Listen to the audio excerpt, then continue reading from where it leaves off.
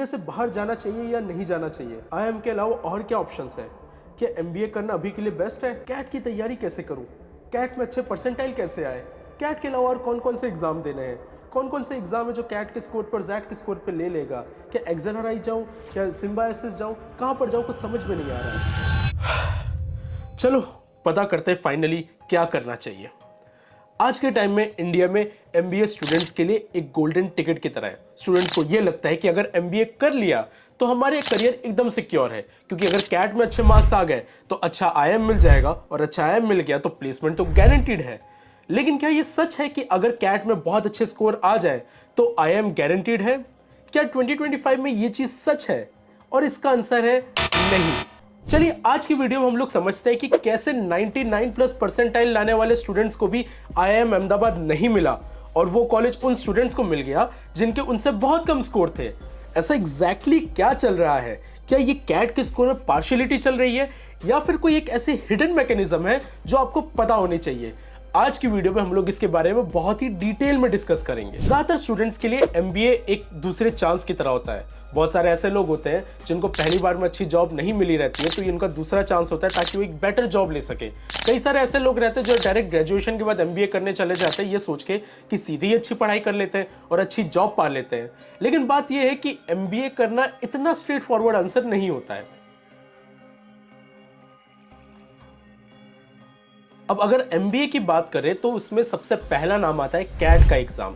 2023 में देखा गया कि 3 लाख से ज्यादा स्टूडेंट्स ने कैट का एग्जाम दिया था। अब इससे दो चीजें पता चलती है। पहली चीज कि एमबीए का क्रेज ऑल टाइम हाई है, और दूसरी चीज कि जॉब मार्केट बहुत अनसर्टेन है। अब मैं ये क्यों कह रहा हूं? क्योंकि जब भी कोई कैट जैसे एग्जाम की तरफ बहुत ज्यादा फोकस कर रहा है, जब भी कोई हायर स्टडीज की तरफ बहुत फोकस कर रहा है, कि एक तरह का स्केप होता है कि अगर अभी जॉब मार्केट खराब है तो अभी जॉब ना लेकर कुछ उसका स्केप ढूंढ लेते हैं, और एमबीए लोगों को एक बहुत अच्छा स्केप दिखता है। लेकिन यहां पर एक ट्विस्ट है, और ट्विस्ट ये है कि जस्ट बिकॉज आपके कैट में बहुत अच्छे स्कोर आ गए, इसका मतलब ये नहीं कि आपको आईआईएम में डायरेक्ट एडमिशन मिल जाएगा, स्पेशली तब अगर आप जेम कैटेगरी से हैं। अब ये जेम क्या है? जेम का फुल फॉर्म है जनरल, इंजीनियर और मेल। अगर आप इस कैटेगरी से बिलोंग करते हैं तो फिर कैट का मामला आपके लिए बाकी लोगों से काफी टफ होने वाला है। अब जेम को समझाने से पहले मैं आपको 2023 के कैट के स्कोर के बारे में बताता हूं, और उससे आपको आइडिया लगेगा मैं क्या बोलना चाह रहा हूं। सो 2023 में 14 स्टूडेंट थे जिन्होंने परफेक्ट 100 परसेंटाइल स्कोर किया था, जिनमें से 11 इंजीनियर्स थे।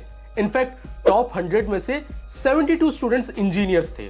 तो इससे एक चीज तो क्लियर पता चल रही है कि जितने भी स्टूडेंट्स कैट का एग्जाम दे रहे हैं उसमें इंजीनियर्स बहुत अच्छा स्कोर कर रहे हैं, और उसका सेंस भी बनता है बिकॉज इंजीनियर्स जो रहते हैं वो मैथमेटिक्स बैकग्राउंड से रहते हैं, उन्होंने बहुत सारी एनालिटिकल चीजें की रहती हैं, जिसकी वजह से वो कैट में बेटर परफॉर्म कर पाते हैं कंपेयर टू दो स्टूडेंट्स जो कि दूसरे बैकग्राउंड से, जैसे कि आर्ट्स से हैं या फिर कॉमर्स से हैं। ऐसा इसलिए भी होता है क्योंकि इंडिया में बाहर की तरह ये सिस्टम नहीं रहता कि आप अलग अलग फील्ड से ले सके। यहाँ पर क्लियर डिस्टिंक्शन होता है, यहाँ साइंस है, कॉमर्स है, आर्ट्स है और भी अलग अलग फील्ड्स है। तो इंजीनियर्स का कैट में अच्छा स्कोर लाना हाईली लाइकली है बिकॉज ऑफ देयर फील्ड। अब यहाँ पर सीन ये आता है कि जब भी कैट के एडमिशन की बात होती है तो दिमाग में सिंपल सी बात आएगी कि जो स्टूडेंट ज्यादा स्कोर कर रहा है उसको बेसिक तरीके से एडमिशन मिल जाना चाहिए बिकॉज उसके अच्छे मार्क्स है, राइट? लेकिन ये नहीं होता है, क्योंकि जो आईएम्स होते हैं वो कंपोजिट स्कोर के बेसिस पे एडमिशन लेते हैं। अब ये कंपोजिट स्कोर क्या है? कंपोजिट स्कोर का मतलब ये है कि कैट के मार्क्स इंपॉर्टेंट है, लेकिन कैट के अलावा भी बहुत सारी चीजें जिनको वो वैल्यू देते हैं, और लास्ट में जो पॉइंट्स मिलते हैं उसके बेसिस पे कैंडिडेट को सिलेक्ट किया जाता है कि इसको एडमिशन मिलना चाहिए कि नहीं मिलना चाहिए। यहाँ पर बहुत सारे क्राइटेरियाज हो सकते हैं, जैसे कि आपका जेंडर क्या है, आप कौन सी कास्ट से बिलोंग करते हैं, आपके पास कोई वर्क एक्सपीरियंस है कि नहीं है, ऐसी और भी सारे पॉइंट्स हैं। अब ये कोई एक फिक्स क्राइटेरिया नहीं है बिकॉज अलग अलग आईआईएम्स के अलग अलग क्राइटेरियाज होते हैं, लेकिन इसी क्राइटेरिया की वजह से अगर आप जेम कैटेगरी में फॉल करते हैं तो आपके एडमिशन मिलने के चांसेस बहुत है। लेकिन चलिए सोच के देखते हैं कि ऐसा क्यों हो रहा है। आई मीन कॉलेज के पर्सपेक्टिव से सोचे तो अगर उनको यहां पर एक ब्राइट स्टूडेंट मिल रहा है तो वो डाइवर्सिटी क्यों ला रहे हैं? वो डाइवर्सिटी इसलिए ला रहे हैं बिकॉज ये जो बिजनेस स्कूल है at the end of the day ये खुद एक बिजनेस है, और इन बिजनेस के लिए बायर्स कौन है? वो रिक्रूटर्स है जो प्लेसमेंट लेकर आते हैं।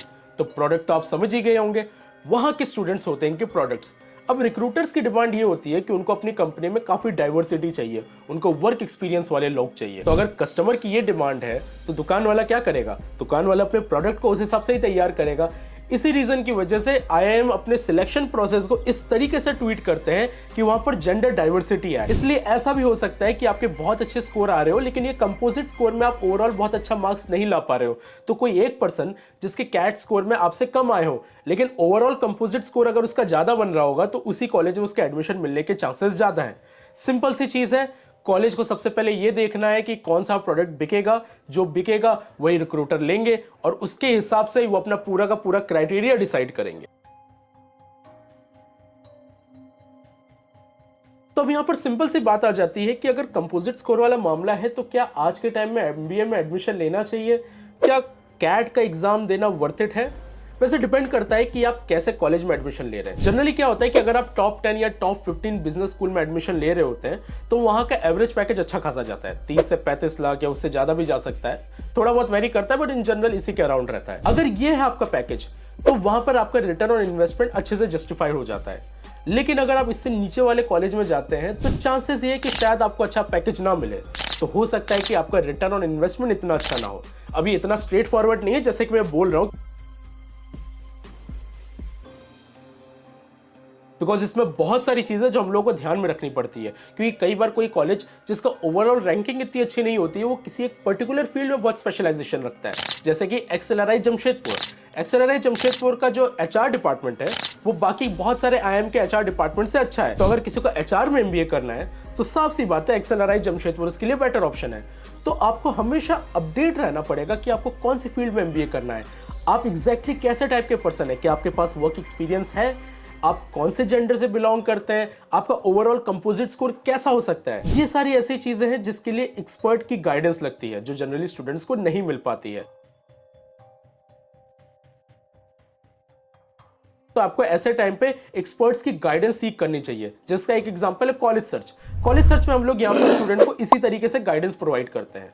तो अल्टीमेटली बात ये आ जाती है कि एमबीए करना आज के टाइम पे भी एक अच्छा ऑप्शन है, गिवन कि आप ध्यान से देखें कि आप कौन से कॉलेज में एडमिशन ले रहे हैं, आरओआई आपका कैसा जा रहा है और आपको अच्छे से मार्केट सिनेरियो के बारे में पता हो। अगर आपको इसके बारे में डिटेल में जानना है तो नीचे पिन कमेंट में या फिर डिस्क्रिप्शन में हमने एक फ्री करियर काउंसलिंग की लिंक दे रखी है, आप वो लिंक भर सकते हैं और उसके बाद हमारे काउंसलर आपको रीच आउट करेंगे और आपकी जो भी क्वेरी से जो भी टेंशन है आप उनसे आराम से फ्रीली एक्सप्रेस कर सकते हैं। वो आपको बिल्कुल हेल्प करेंगे कि कौन सा कॉलेज आपके लिए बेस्ट हो सकता है। हम लोग फिर से मिलेंगे नेक्स्ट वीडियो में ऐसे ही कॉलेजेस के बारे में, ऐसी ही चीजों के बारे में और डिस्कस करते हुए।